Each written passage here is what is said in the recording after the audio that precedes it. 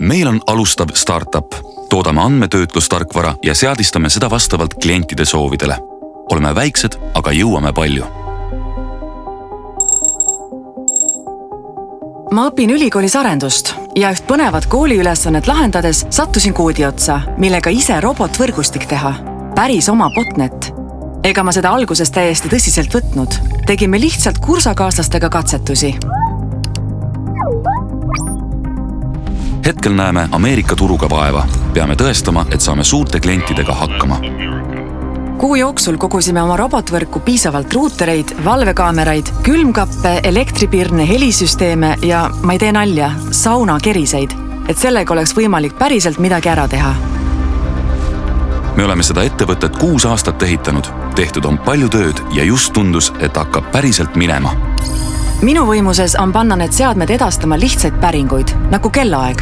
Kuna kõik seadmed saadavad kellaaja päringu korraga, mitu korda sekundis ja ühele samale aadressile, koormab see sihtmärgiks seatud võrgu üle.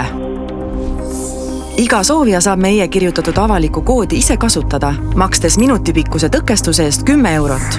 Enamasti kasutavad sellist teenust videomängurid üksteise serverite ründamiseks kriitilisel hetkel. Aga selleks, et meie võimekust tõsiselt võetaks, tegime väikse teistlaadi demonstratsiooni. Nädala algus on meie klientide jaoks kõige olulisem päev. Paljud meie tarkvarast sõltuvad otsused tehakse just siis. Valisin välja Eestis asuva digitaalse ettevõtte, kellel on USAs juba mõned kliendid ja väga hea maine.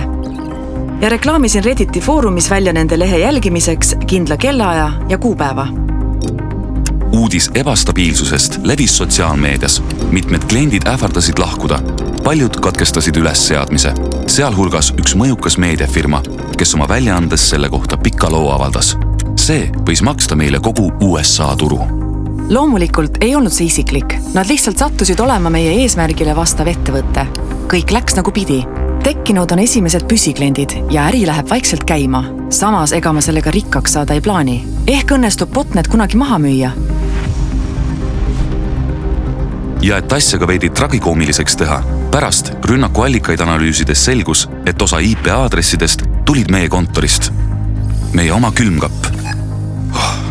Vist oleks mõistlik külmiku tarkvara uuendada. Oleks midagigi.